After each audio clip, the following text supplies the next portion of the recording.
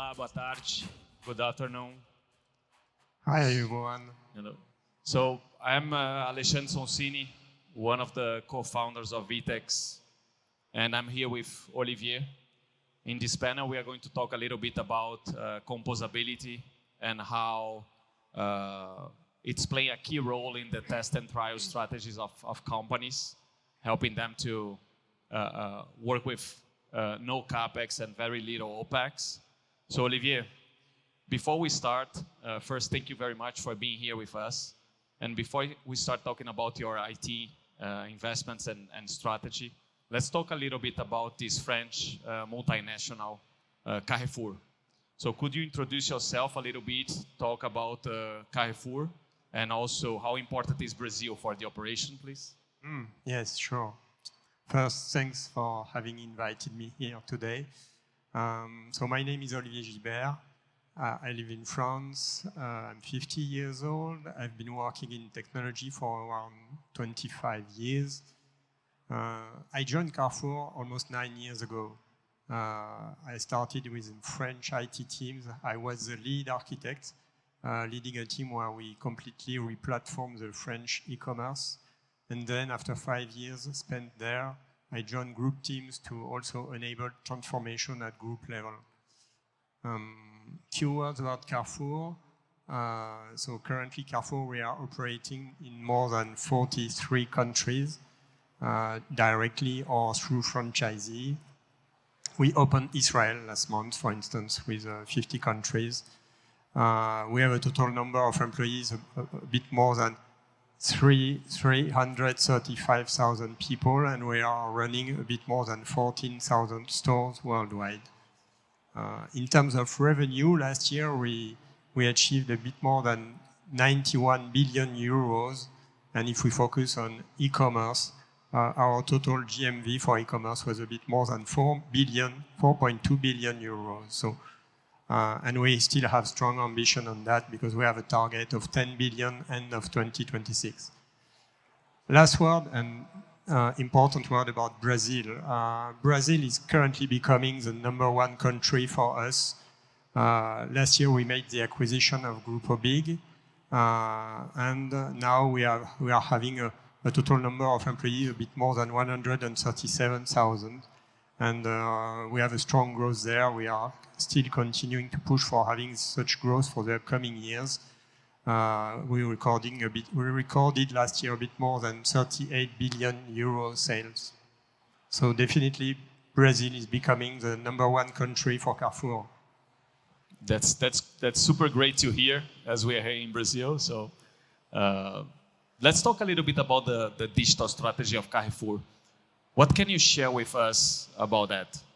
I think the first thing I want to share with you is a quote from our CEO, Alexandre Soncini, who 2 years and a half ago said, "We want to transform Carrefour, a retailer with traditional e-commerce capabilities, into a digital retail company which places tech and data at the heart of its processes and its value creation model." So I would say that set the expectation and the ambition. Now, practically, how our strategy is divided. We have 5 pillars. We have the slide. Yeah. We cannot see, but it's there.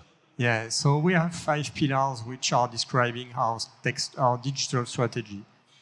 I will explain briefly what it is related about. So the first one is placing tech and data at the service of performance, meaning we want to use tech and data to improve our efficiency, to better serve our customer, to be way better in our stores. For instance, we want to improve our supply chain, building intelligent forecasting algorithm. We want to bring tools for employees in the store so that they are more efficient. Second pillar is optimize our commercial model through digital. So something similar but slightly different. We want to use tech and data to be better on the commercial way. For instance, we are building analytics model using machine learning for pricing to be able to have pricing at a store level, so to be able to be very tailored in terms of pricing. The third pillar, we call it prepare the future. So that means we want to be ready for the coming challenges. For instance, we started a retail media activity last year, and we are continuing developing it. We announced last year a joint venture with Publicis to enable this on a worldwide scale. And we are also working on innovation. I think we will talk about innovation later. The fourth one is modern and efficient tech foundation. To do that, we need to have strong foundation to build on solid things. For instance, cloud is a great example. We have a move to cloud program where we want to achieve 100% of our workload in the cloud end of 2026. Currently, we are around 60% already moved. And finally, we want to reinvent our ways of working, meaning we want to combine more efficiently IT and businesses and also bring tools to employees so that they can leverage tech and data in total autonomy. And I think we are going to talk a little bit about it as well, right? Yeah. And also, I want to highlight the fact that now we are moving to global products. So in the past, Carrefour, in all its geographies, countries were relatively autonomous. We did to build their, let's say, their digital platform. What we see now is we want also to leverage assets we have in some countries and to make this asset benefit of other countries. So you have some examples here. The first one, I think it's called Smart POS. So we are building our own point of sale system, and we are currently deploying it in France, Spain, Italy, probably Brazil will come soon. And there are several examples here on this slide. You can see also our pick and pack tool, which is an e-commerce picking system we have been building in Italy, currently deployed in France, and we plan to deploy it in Brazil in Atacadão stores. Great. So we talked a little bit about Carrefour digital strategy. Let's deep dive on e-commerce. So after this accelerated growth of the past maybe 3 years, how do you see the future of commerce for Carrefour, for the organization? I would say two things. First, we still have strong growth ambition. As I said, 10 billion end of 2026. Ambitions are varying from one country to another. For instance, in France, we are achieving a good growth on food. We are lagging still behind on non-food, so our efforts are made on non-food. In Brazil, I would say it's the opposite, probably. We are way better on non-food, and we want to improve on food. And also, in Brazil, we have a challenge. We started e-commerce activity with Atacadão 1.5 years ago, and we have a strong growth. We want to continue this growth. So growth is the first point. The second point, I think it's personalization. We want to be more tailored for each customer. And to do that, data is a key asset and a key activity. For instance, if I make a quick poll, how many of you in the audience, if I can't see you, have already purchased more than 3 times at Carrefour in the past? Can you raise your hands? Yeah, so yeah, some of you. So for those who have bought more than 3 times, with data, we are able to predict 80% of your next purchases.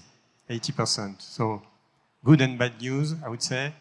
The bad news, human beings are highly predictable. Okay, we are always buying the same product.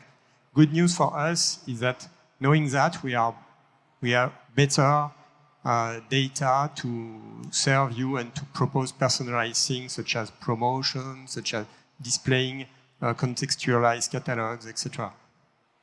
Great. So again, that's great to see the evolution of those retailers that were like super traditional, how they are converging to digital and technology, and how digital and technology is becoming important for their operation.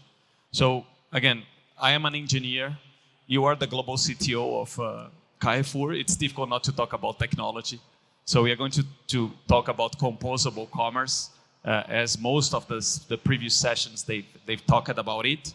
And basically, I think, so we are talking about this new wave of this composable commerce that is coming. So from the first wave of legacy on-premises to the second wave of software as a service, then the best of breed with headless, and finally the composable, that it's leveraging the headless architecture, but in a conscious way, in a pragmatic way.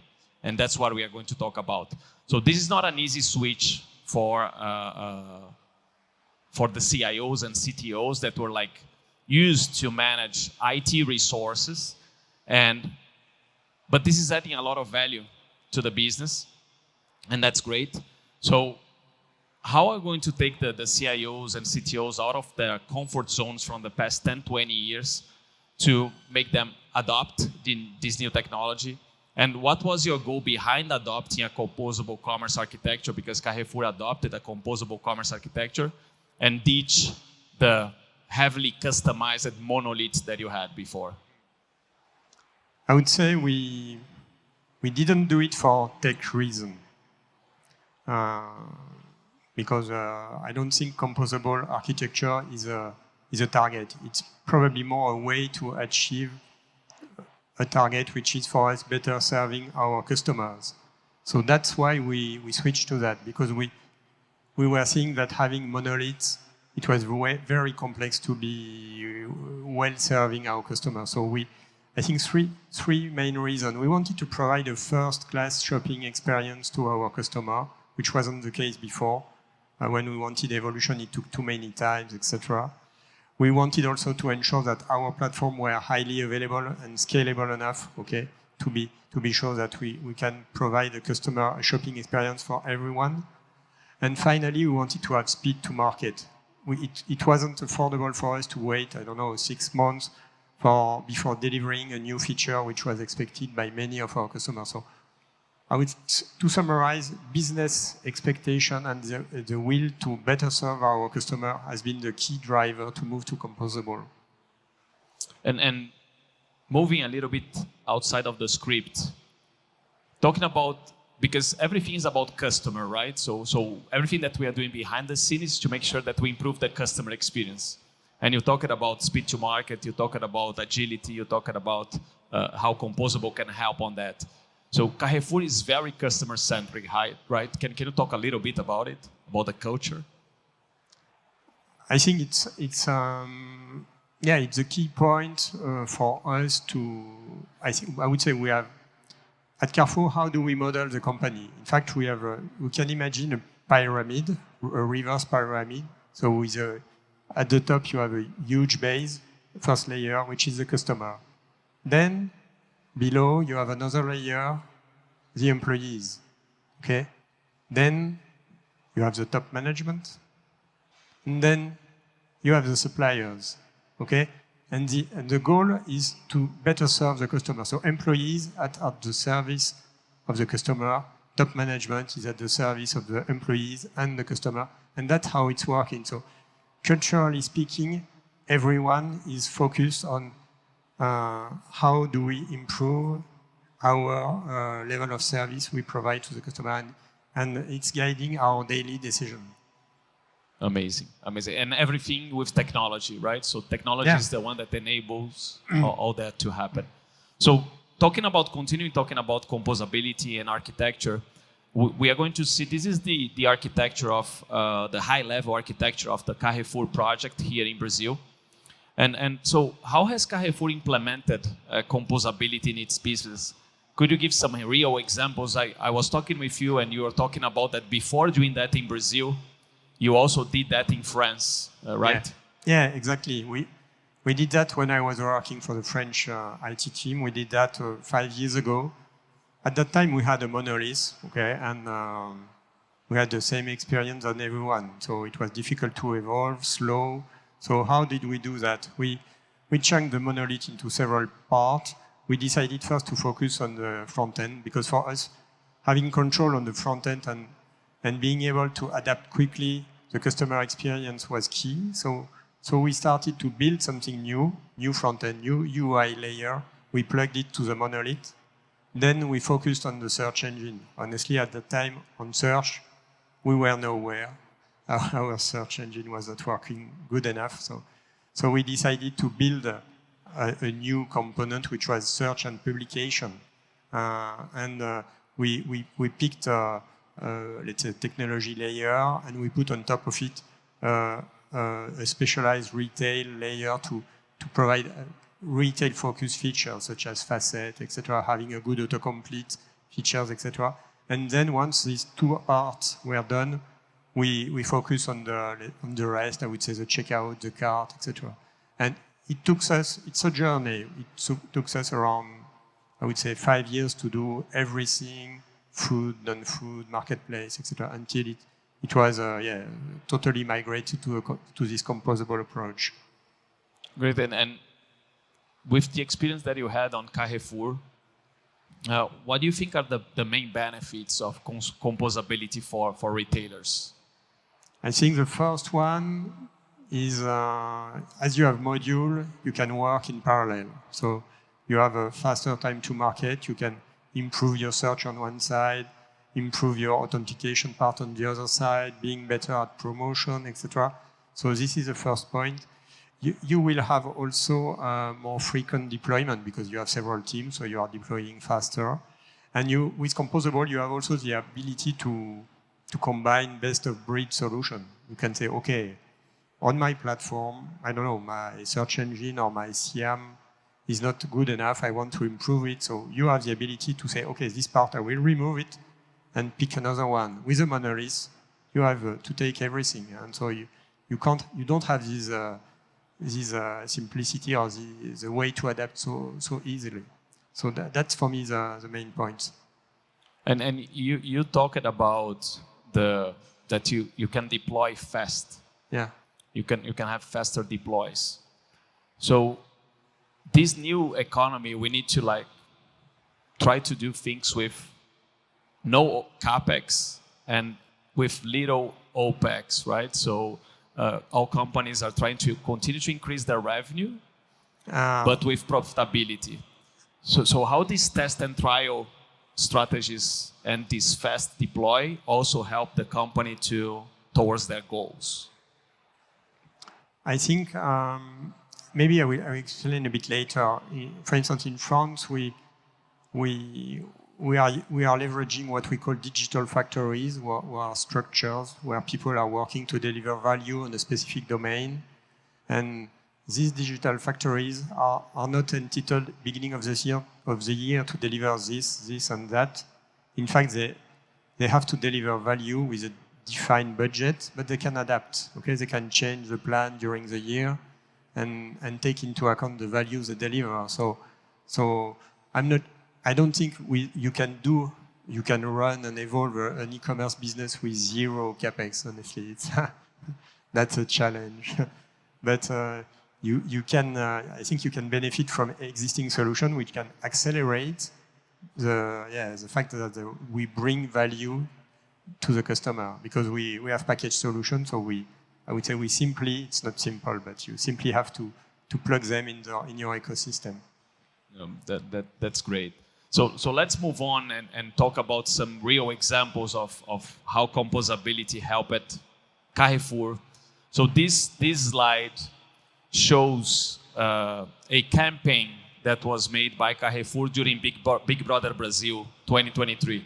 So Carrefour did a campaign inside Big Brother Brazil.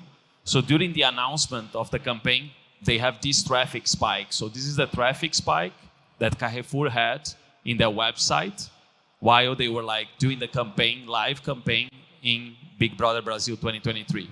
So that's a huge traffic spike at the time of the announcement. And the good news is that we also had the conversion in orders. So it was not only traffic spike, it was traffic spike with some quality. So we saw the orders going up and being above the trend. So I heard that before having a composable solution, this could not be possible for Carrefour. How important is this pragmatic composable architecture for the elasticity of the business? In this specific case, I think composable gave us the ability to focus on scalability on specific components. As you say, when we make so huge marketing campaigns, we are generating very important traffic to our platform. So then we promise to our customer, you will live a fantastic experience on our platform. So you can't deceive them. You must realize the promise. So how did we do that? 2 points. We first worked on the fact that we had to ingest all the traffic and to be able to serve all the customers. And so the total amount of volume. And then individually, we wanted also to have something which was an experience which was fast and interactive. On the first point, we built dedicated front-end servers with a JavaScript framework. We deployed them on Kubernetes pods in order to ensure scalability. And during peak times, we doubled the number of pods. I think we had 400 pods serving the pages, plus a CDN, of course, etc. And so this secured the traffic. And then on an individual experience, we worked also on that to ensure that pages were loading fast, were interactive enough so that customer could navigate and do their shopping. And that worked. In fact, I think during peak time, as you showed, we were able to ingest a bit more than 38,000 requests per second. Yesterday I was talking with a Brazilian team. I can see them there. But they were quite proud because they told me, you know what? Among all partners from BBB23, Carrefour was the only one which platform didn't went down when there was a traffic spikes. So yeah, I think they can be proud of that. That was a great challenge, and we achieved it. That's a great achievement. It's great to hear that because we're seeing a lot of it's easy to support the happy path, and when nothing's going wrong, but when you have this kind of thing, like you are investing a lot of marketing money in a campaign like this, and then everybody goes to the website and the website crashes. Exactly. Yeah. And I think I would say we had the same during COVID. During pandemic, the main challenge was scalability. We basically, in all our geographies, we simplified a lot our website, cutting all the slow components and just to ensure, okay, we need to have the site up and running. Yeah. That's basic, but it's not easy, right? Yeah. Yeah. So let's talk about the challenges. Because again, we are talking about benefits, we're talking about how to implement, how easy it is, etc. But challenges, like what were the main challenges of implementing a composable solution? I think the first challenge is you have to define clear business boundaries. So you start with a monolith doing everything. And so you will decide, okay, I will chunk it into several pieces. And you have to be very clear on what will be the future domain each component will manage. This reminds me of some books. I remember a book from Sam Newman about microservices where I was speaking about bounded context. And the key point was to clearly define bounded context. I think it's exactly the same. You have to define precisely what is the domain on which each component will work. For instance, let's assume you want to have a domain managing the cart on your e-commerce. Question is, do the cart component, should we make it manage promotion? Because when you are adding item to cart, potentially you have promotion. So should the promotion business logic be implemented inside it? You can say, okay, yes, because it's in the cart. It's deeply linked to the cart. But on the opposite, when the customers are navigating to the website, they also want to see the promotion. So promotion is not only about calculating things in the cart, it's also about displaying it before so that the customer can make his choice. So in this example, for instance, in France, we decided to have 2 different domains. So the cart was one topic, and the promotion was another one. So clear business boundaries, for me, is the first point. The second point is ensure that teams are well synchronized, because you will never have a situation where each component is totally autonomous from the other. For instance, you build on e-commerce for food, we can have variable weights. Okay, and variable weights is spreading across all the logic. So you have to display variable weights, you have to take variable weights into account in your cart. How do you calculate the cart? once the purchase is done, you have to take into account that your order management system has to be aware of the fact that there are variable weights, the picking system the same. So you see, it's a very good example of a feature which is basic for the customer, but very complex to implement. So this is the second point. Team synchronization has to be, let's say, we have to take care very carefully of these kind of features. Great. And we probably have other CTOs, CIOs in the audience today, some IT team leaders as well. What would be the 3 pieces of advice that you would give for those CIOs, CTOs that are here, like here to us today, and are thinking about eventually migrating to a composable architecture? First, I would say, do it for business purpose. It's not a must-have. In some cases, you don't need composable approach. I think you need it when you have already, for instance, for e-commerce, when you have already a very significant business and for which you need to get more growth, more personalization, so you need more advanced features, and to keep the pace, you need to have this composable approach. But if you run a business with, I would say, which is not so important, potentially an end-to-end solution can be a fit. And I think VTEX is a good example of a vendor who is capable of providing both options. You want the end-to-end platform, you got it, and you get it fast. And you want to potentially add a specific component into the platform, you can do it also. So that's the first point. Do it for business purpose. Then, second point, start with the basics. I would recommend that don't set your objective as having a perfect component, a cutting-edge component in all components, because the value is not delivered by a single component. The value is delivered by the set of components working together. So it's way better to have something which is potentially limited but working fast, and then you can improve it. And my third advice would be try to reuse as much as possible the existing landscape you have. You potentially have some piece of software, components, vendor, I don't know, custom code, which you can adapt and which will save you your time so you can deliver more quickly your new platform.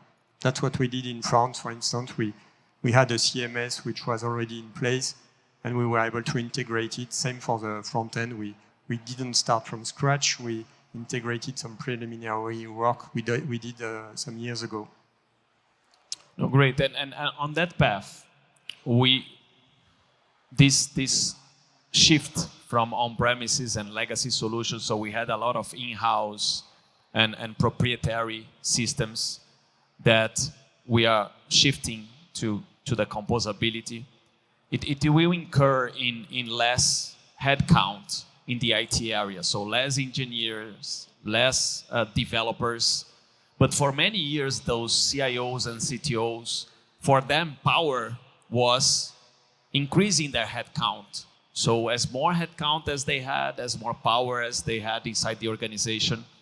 And so with the shift to composable, probably this will also be a fear for them. So how do you see, and how would you advise those CIOs and CTOs that are still resisting to switch to this new technology because they have this fear of losing power, of having less headcount? I think it's the opposite, in fact, because for sure the missions are changing. We are no more building or writing lines of code and building monoliths and one monolith next to each other. We need to combine different components, different types of products from different vendors, or also some custom code. So the complexity for me is way higher. Even if you combine that the fact that you want to move to cloud, cloud is, it's a fantastic way to deliver technology, but it's very complex. If I go back in the past, when you were building software, you didn't care about network. You didn't care about hardware. Okay, there were specialized teams. Now, when you want to deploy a system, a product in the cloud, you need to, if you don't have SaaS, if you have SaaS, it's okay, it's managed, but sometimes you need to also deliver systems which you have been created, and then you have to take into account, okay, how do I design the network? How do I ensure scalability? So do I use Kubernetes? Do I use VM? Do I use serverless? So all these features are still here and probably more than before. So I think the need for skills in terms for the tech team, CTO and CIO, for me is way higher, because making different systems working together, it's kind of managing a distributed system. So how do we combine them together? Should we use APIs? Should we use event-driven architecture? So all these topics are quite complex to define, and there is not a single solution which works in all cases. Oh, and that's great, because that connects with our next topic, that it's talking about IT plus business. So for many years, IT was considered like an internal provider, a help desk. I have a problem with my computer, I'm going to call IT. And not a strategic partner of the company, not in the forefront. So can you talk a little bit how Composable helped the IT to become a key player in the company strategy at Carrefour? Yeah. When I joined Carrefour 9 years ago, we were clearly in the situation you described. So we were fighting, in fact, with businesses. It was horrible. They were not happy. We had delays. We didn't understand each other. So it was very complex to bring value also. And then we managed to change. I would say it wasn't a decision. So one morning you wake up and you say, okay, now we are going to work differently. You need a strong sponsorship from your top management. If you don't have it, if you decide only on the tech side or on the business side to say, okay, now we will work together. No, it's not working. You need a top-down decision. Then how we did that? In front, we started with eCommerce. So we decided to build Scrum teams in parallel with, as I explained, as we were splitting the monolith. So we built Scrum teams. After a certain period of time, the teams were growing. So we had to change our methodology. We have chosen SAFe, so agile at scale, to finally end up with now what we call digital factories, so which are entities which are combining all the skills and are delivering value in a specific domain. So in France, we have a digital factory for e-commerce, which is operating for more than 6 years. We are now deploying it in other domains, for instance, supply chain, merchandise, finance. So that's the way we are doing it. So I think that the real power for CTOs and CIOs are to be closer to business and working strategically on top of the goals of the company, and not just like increasing their teams with nonsense and having power. So that's great. And we are here talking about a lot of technology, but e-commerce is also very business related. And I've been seeing that all the organizations, they have been, the IT is becoming more business and business is becoming more tech. So we are seeing that converging. Eventually in the future, in the long term, we will not have this division anymore between IT and business. Everybody will be business, but with some tech background, whatever. So how do you see that happening inside Carrefour? And do you have any training process in place? How do you train the business people to understand what's cloud, what's Kubernetes, what's pods, and whatever? Yeah.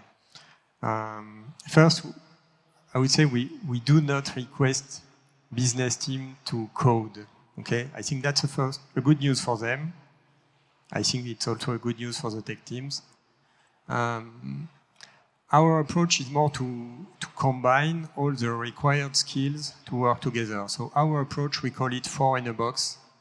It has been inspired by other retailers. Walmart is using intensively 4 in a box.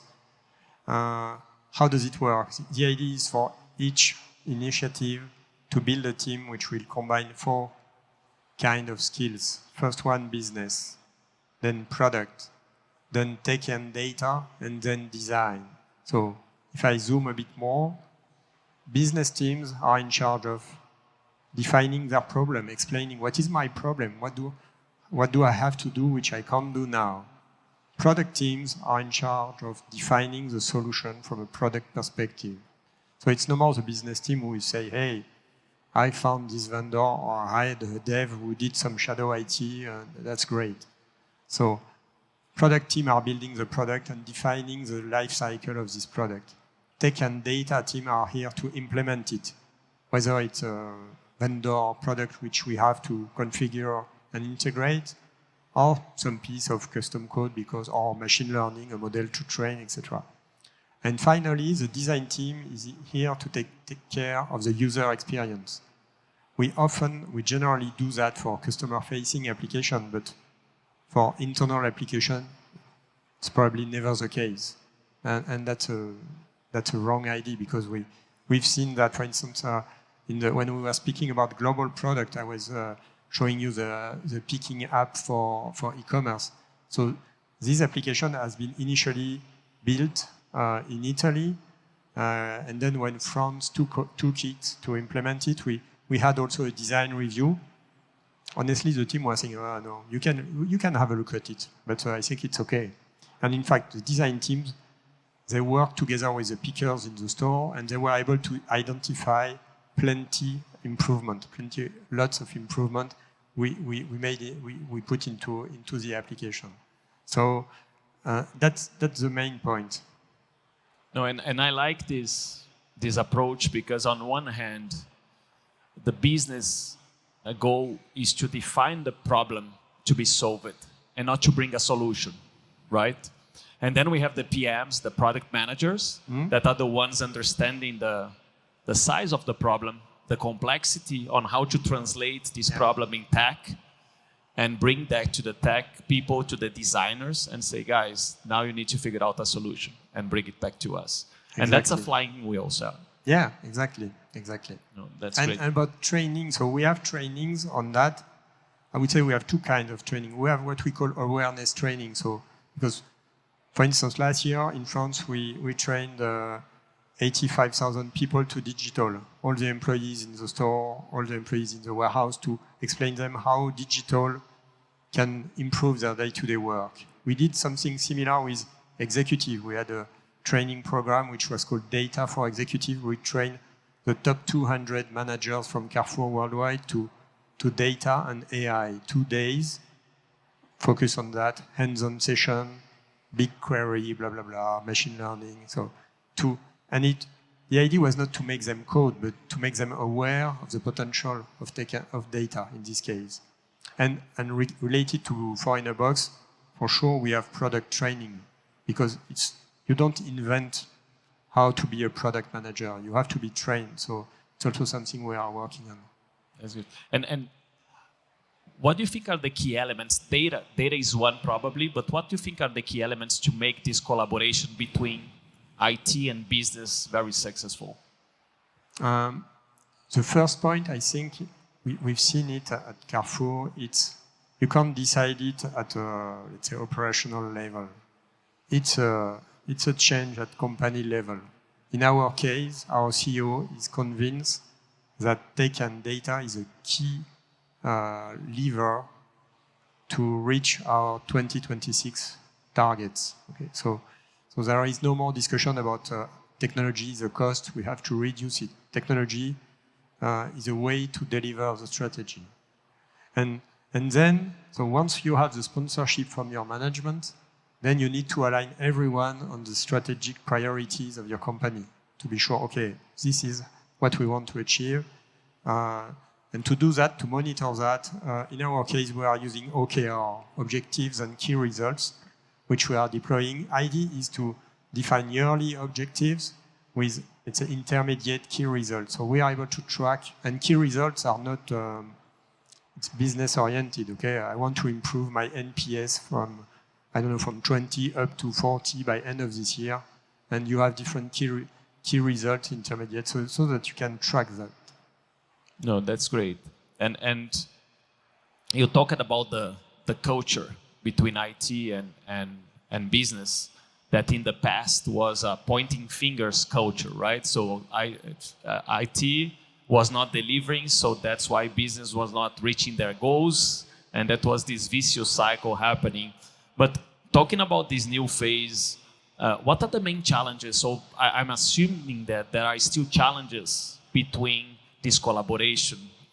So what are the main challenges that the company faces when promoting this collaboration between IT and business today?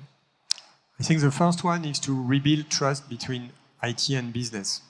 For instance, when you have shadow IT, it's generally showing that collaboration is not good. Okay, otherwise you don't have shadow IT. And rebuilding trust, you don't decide, okay, tomorrow we will trust again, so it will take time. And that's why also we need strong sponsorship, because people have to understand that they must work on that topic and that it will work. In my example in France, initially when we started to rebuild the Carrefour.fr platform, there were IT teams, business teams, but when you had org chart, you had two org charts, the techs and the business teams. At the end of the project, we had no more was saying, okay, hey Alex, you're from IT or you're from business?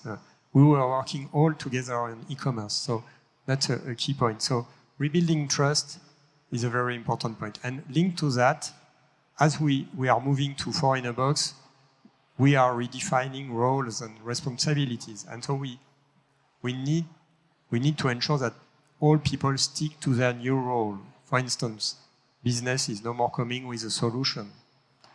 Tech and data are no more designing the experience. You see, products are not choosing the technology. And that's also a challenge, because when you've been working in another way for years, it's complex to explain to people, no, you stick to your new role and this is working. That's good. And for everybody that is watching us, that is right now passing through this digital transformation, because all the companies in a different stage, they are passing through this digital transformation process. What would be your advice for them? I would say, avoid the big bang on the new methodology. Start with the first perimeter, an important one, because if you succeed on something which is not important, people will tell you, okay, but this is not important for the company. So in France, we did it for e-commerce, which was quite significant. And consider this first perimeter as your MVP for your new ways of working. Because once you've succeeded, you can explain, okay, look, we did that for e-commerce or for, I don't know, any other domain, and it worked. We were able to work together and to deliver value. So it will help you then deploy it more widely in other departments. And second point, which is very important, is train. As I said, you have to train all levels of the company. Okay, not only the operational team, but also your manager. That's why we did that data for executive. So being able to train everyone so that you don't have people resisting or not understanding the benefit of this new approach. That's great. And let's talk about the other side of composable. So composable is going to help you to have less in-house, less on-premises solution, be more agile, give you speed to market, but also will make you to deal with many technology vendors, like VTEX, for example. So what do you look at a technology provider to make this partnership successful? I think there are two levels of conversation with vendor.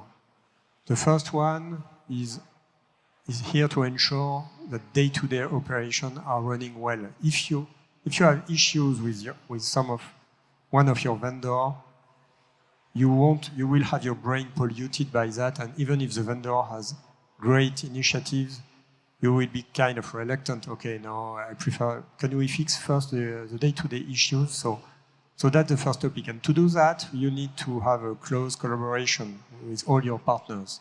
That's what I see at my level. There are some vendors we never talk, and when we ask feedback from the team, generally it's not so good. And vendors with whom we have a close collaboration, which we are interactive on a regular basis, yeah, it's way better. So that's the first point. And then we want our partners, vendors to, let's say, to have a vision on their market, to be able to challenge us, to say, hey, we consider that e-commerce will evolve this way or this way. And on our side, we are sharing our issues, our ambitions, our targets, so that we can have this combined conversation and say, okay, this topic is interesting for us, or this one is not. And sometimes a topic which might be uninteresting at a certain time will become interesting in the future. I remember we had some discussion, I think it was 2 years ago, about conversational commerce and for Brazil. And at that point, we had other topics more important to achieve.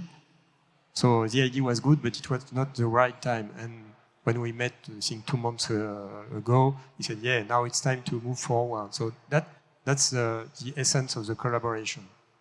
No, that's great, and I think that's also helped us to connect to the next topic, that it's innovation. We talked about AI, we talked about conversational commerce.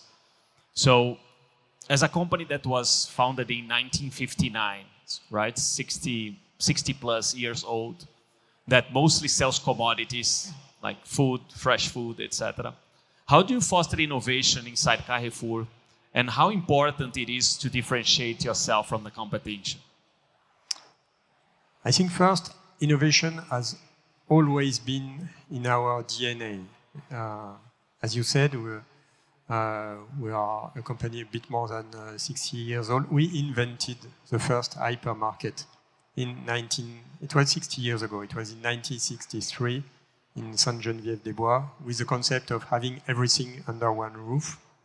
And so our strategy related to innovation is we do not want to miss any opportunity. So we are having a close look at everything which is appearing on the market. However, we are not testing everything. We have strong convictions, and some topics we want to invest, some others not, and we remain humble with that. Some initiatives might fail. That's life. It can happen, but. And we are focusing our, effort on innovation which can bring value to customer experience and employee experience. So to do that, everyone in the company is entitled to work on innovation. There is a team, a global innovation team, but it's not their exclusive mandate to work on innovation. And to do that, we have internal skills. We are working with partners, such as VTEX. We are working with startups also. So that's why last year we created a venture capital fund, which is called Dastor, to help us better work with startups. Last year with Dastor, we screened a bit more than 1,200 projects, and we invested in 5 startups. Great, so we are almost running out of time, but I will ask you a last question. We're talking about it at the backstage, about some of the innovation projects that Carrefour is running right now. So can you talk a little bit, give some real examples of innovation projects that Carrefour is working on? So I think I brought 3 of them on the slide. So the first one on the left, it's an autonomous store. So this one is an autonomous store we are deploying in Brazil. So there are almost 20 stores already open in condominium where you can have a fast and efficient shopping experience. The second one, the truck, is something which is live in France. So it's autonomous delivery. Okay, so what is the idea? We have a truck we totally rebuilt. We put plenty of lockers on it. We put some technology inside it. And so this is a totally autonomous truck. So the truck is loaded at the preparation location, and then the truck is doing a trip of 15 kilometers up to a campus in the south of Paris where customers can pick their orders directly. It's been up and running for 8 months. The truck is doing 4 round trips per day, and since the beginning, there has never been an empty locker, so it has been always full. And we never had any accident also. Amazing. Yeah. And finally, the last picture is for internal use. So what we are currently doing is we are deploying camera inside our stores with computer vision to detect out-of-shelf products. So I'm not sure it's very clear, but you can see on the green zone the area where products are available, and I think there is a red area at the bottom where we have detected, okay, here there is a missing product, so we can notify employees and ensure that we are able to provide products every time to our customer. Amazing. And just in time. So I'm sure that Laura is going to be happy that our time is up. Olivier, thank you very much for being here at VTEX Day main stage. Thank you. Thank you very much.